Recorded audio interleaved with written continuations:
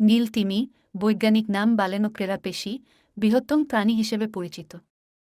এই তিমি সমুদ্রের বিস্তীর্ণ জলরাশিতে বিচরণ করে এবং এদের দৈর্ঘ্য 8,000,100 ফুট পর্যন্ত হতে পারে। ওজন প্রায় 1,70,000 কিলোগ্রাম পর্যন্ত হতে পারে, যা প্রায় 3,000টি হাতির ওজনের সমান। এদের দেহ লম্বাটে, নীলাভ রঙের, যার কারণে এদের এই নামকরণ। নীল তিমি সাধারণত গ্রীষ্মমণ্ডলীয় ও মেরু অঞ্চলের সমুদ্র এলাকায় বাস করে। শীতকালে তারা গরম অঞ্চলগুলিতে এবং গ্রীষ্মকালে শীতল অঞ্চলে চলে যায়।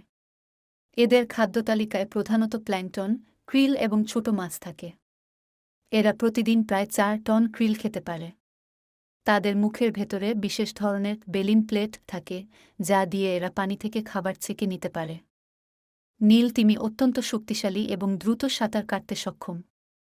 এরা ঘণ্টায় প্রায় 2.025 মাইল গতিতে চলতে পারে। এদের ডাক অত্যন্ত জোরালো, যা প্রায় 188 ডেসিবেলের মতো হতে পারে।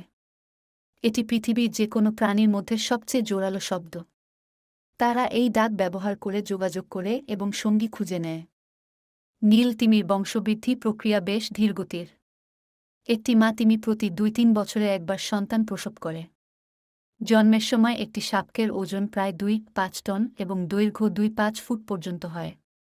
শাবক প্রতিদিন প্রায় 200 লিটার দুধ পান করে এবং দ্রুত বাড়তে থাকে।